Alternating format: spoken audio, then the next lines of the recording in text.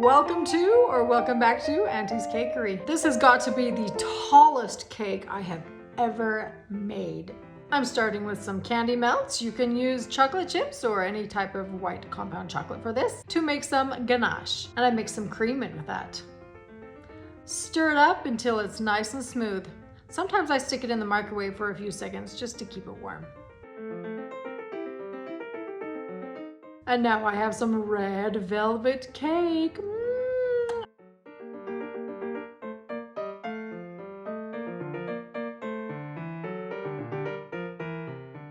And inside I'm putting cream cheese buttercream. It is my favorite icing with red velvet cake.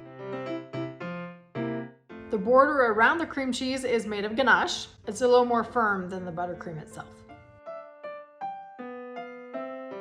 Put on the layers and stack it up.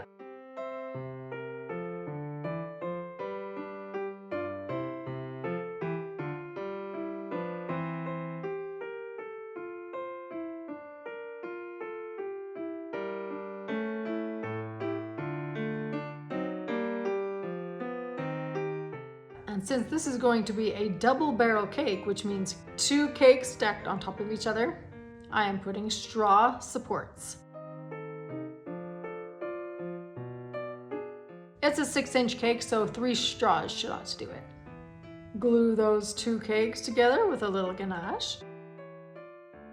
And now it's time to ice the outside. Again, I'm icing with ganache because I want the sides nice and smooth.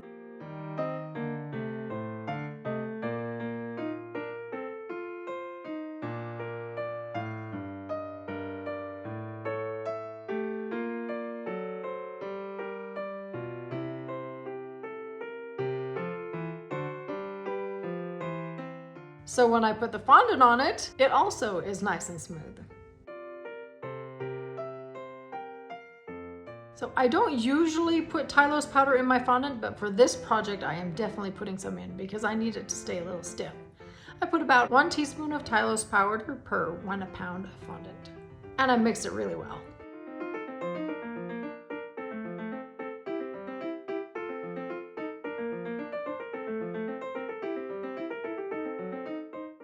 Roll it out. Rollin', rollin', rollin'. Yeah, sometimes I sing when I cake too. Now I've pre-cut a template right here so I know what size I'm going to be cutting the fondant. Just cut it out in a triangle shape. I put a little saran wrap over it so it doesn't dry out while I coat this in a corn syrup water mixture. It's very sticky. Roll it up on my rolling pin and then roll it back out onto the cake.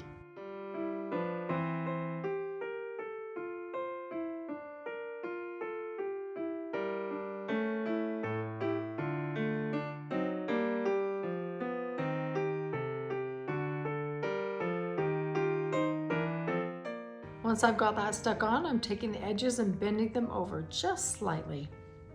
We're kind of going for like a calla lily type look. And on top I have a styrofoam cake where I'm just shaping the tip of that. And then I'm going to let it dry overnight. I also put one on the 9-inch tier. And I made the 13-inch tier and the 9-inch tier a couple days beforehand because they are just foam, not real cake.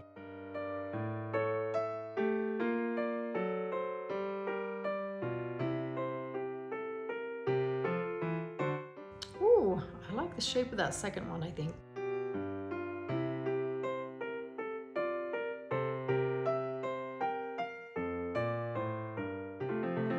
For the 3rd slab of fondant, I am also doing a couple days beforehand, but I am drying it on a couple of foam tiers.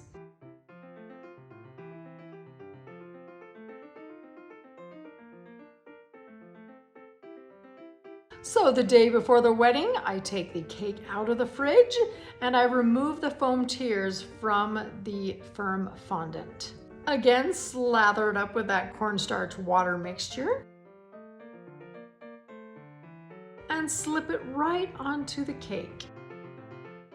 Take my fondant smoother and smooth it out just a little bit. Now it's time to stack. Believe it or not, the cake layer is heavier than the foam tiers, so I had to struggle a little bit to get it in the right place. The bride said she loved it. I hope she sends me a picture with the flowers on it. If she does, I'll post that in the community thread or on my next video.